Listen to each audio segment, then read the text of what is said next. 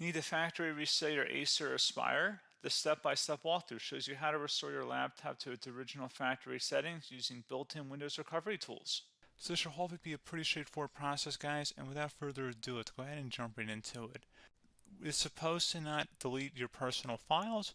I strongly suggest that you create a backup of any important files or documents before you proceed, because even though it might say that it's going to save your personal files, there's no guarantees that it will, so just keep that in mind, and we're going to go ahead and jump right into it. So we're going to go ahead and start by right-clicking on the Windows Start menu, and we're going to select the settings. You want to select System, and then on the right side, scroll down until you get to Recovery. Reset Advanced Startup Previous Version of Windows. Go ahead and open that up.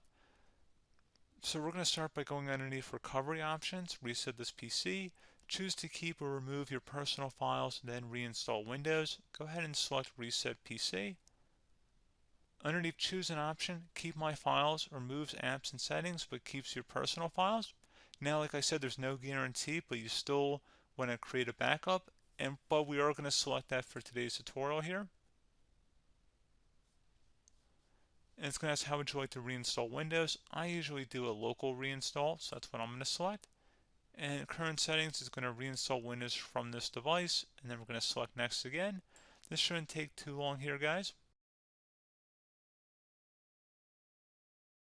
And resetting will change settings back to their default, keep personal files, reinstall Windows from this device, remove all apps and programs, and you can also view what apps will be removed. This will take some time and your PC will restart. These are the apps that will be removed, so take note of that. So you're definitely going to have to reinstall some stuff once it's done. So it looks like I accidentally closed out of there, so I'm just going to go back to exactly where we were. And we're just going to go ahead and proceed with the reset here and select reset.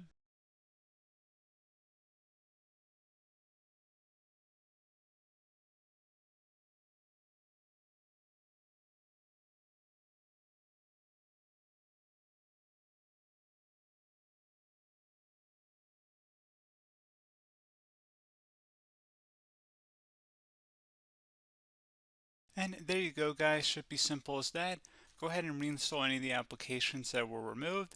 You can see a list of them by clicking on the link that's going to be on our desktop here. And that's pretty much it, guys. So, as always, thank you for watching this brief tutorial. Do hope I was able to help you out, and I do look forward to catching you all in the next tutorial. Goodbye.